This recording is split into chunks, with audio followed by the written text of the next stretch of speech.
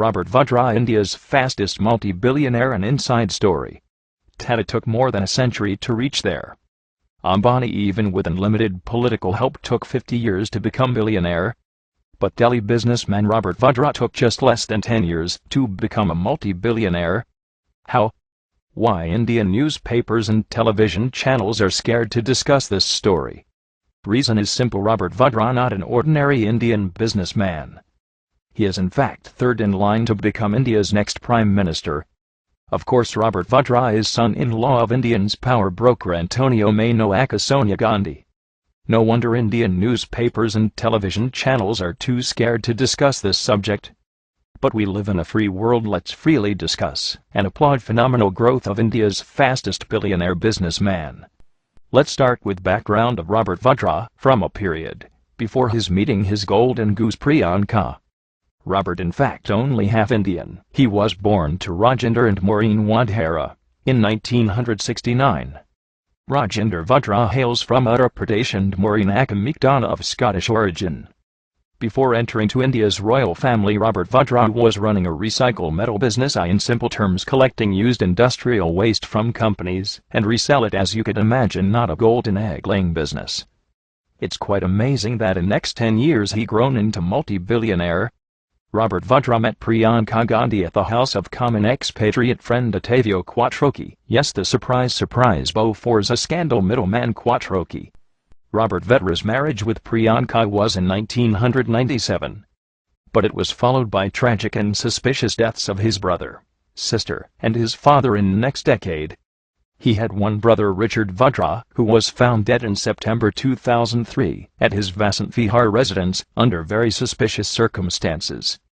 His sister Michelle, too, had natural death, died in a car accident in 2001. His father Rajendra Vadhera committed suicide on April 2009, under very suspicious circumstances. But the story was not published widely by the Indian media. No one in India wants to bring shame to India's royal family. Recently, Economic Times and other finance newspapers disclosed the business empire Robert Vadhera made in the last 10 years was truly eye-opener. Hotels, planes, bars, antique chains, malls around prime locations in India with help of none other than India's #1 real estate company DLF. Also part ownership in DLF Indian Premier League franchise. Most of independent analysts points these phenomenal growth points only one thing: absolutely and shameful corruption and favoritism to Robert Vadhera, being Sonia Gandhi's son-in-law. Also remember, DLF was a major builder for scandalous Commonwealth Games in Delhi. We may not dig too much to find why Indian government protected and very reluctant to take actions against Indian Olympic Association President Suresh Kalmati. Surely Suresh Kalmati can blackmail Sonia's government, showing favoritism given to DLF because of Robert Vadhera. Apart from DLF malls, Robert Vadhera part owns many Hilton hotels, including Hilton Garden in New Delhi. It's very questionable that what kind of expertise will DLF or Hilton will get back from this recycle metal merchant Robert Vadhera? Or he is lucky mascot to get through all regulatory hurdles in India? Also, he is in the list of 33 VIPs accepted from security checks and frisking at airports and any Indian embassy, the only one without any government position. Other VIPs, like the Dalai Lama, Chief Justice of India, the President, the Prime Minister, and former presidents. No airport frisking will be very helpful for an antique chain owner like Robert Vadhera, especially when he can easily transfer invaluable Indian antiques to his Italian retail shops. Robert Vadhera got many business partnerships with India's biggest real estate company DLF. Cricket is India's next biggest money-spinning machine. No wonder Robert Vadhera's association was sought by most of franchise owners. Robert Vadhera's association with Calcutta Knight Riders and Shah Rukh Khan is never reported in shameful Indian news media. Other scandal where Robert Vadhera associated is none other than infamous 2G Spectrum scam. It's alleged that one of the biggest beneficiary companies, Unitech, is 20% owned by Robert Vadhera. No wonder Indian government tried and still trying to derail all enquiries on 2G Spectrum scam, though many ex-ministers are in jail now. It's expected that due to involvement people like Robert Vadhera, these case will never reach a decisive conclusion. After all, CBI is controlled by Indian Prime Minister Manmohan Singh, who is appointed by Robert Vadhera's mother-in-law Sonia Gandhi.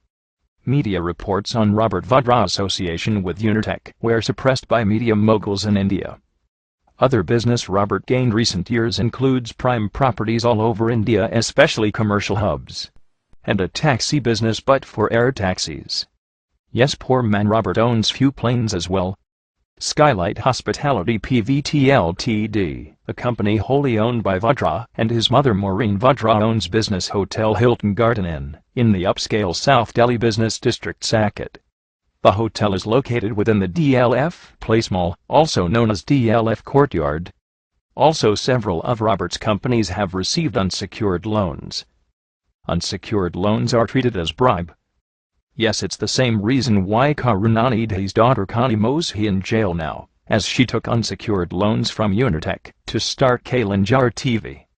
Same reason why Dayanidhi Maran facing jail term, as he took unsecured loans from Malaysian company via Aircel to his Sun network. So one rule for them and another rule for India's royal family. It's ironic why India's top real estate company need help from a recycle metal merchant. Reasons are crystal clear. DLF need Indian power broker Sonia's son-in-law to get through many hurdles in their operations all over India. If this is not blatant misuse of power or favoritism, we might need to redefine those words. After the revolutions in Tunisia, Egypt, and Yemen, it's right time for India's 1.2 billion poor citizens to question their corrupt political leaders and media moguls. Join the second freedom struggle of Anna Hazare. Support Gandhians like Anna Hazare, not fake Gandhis.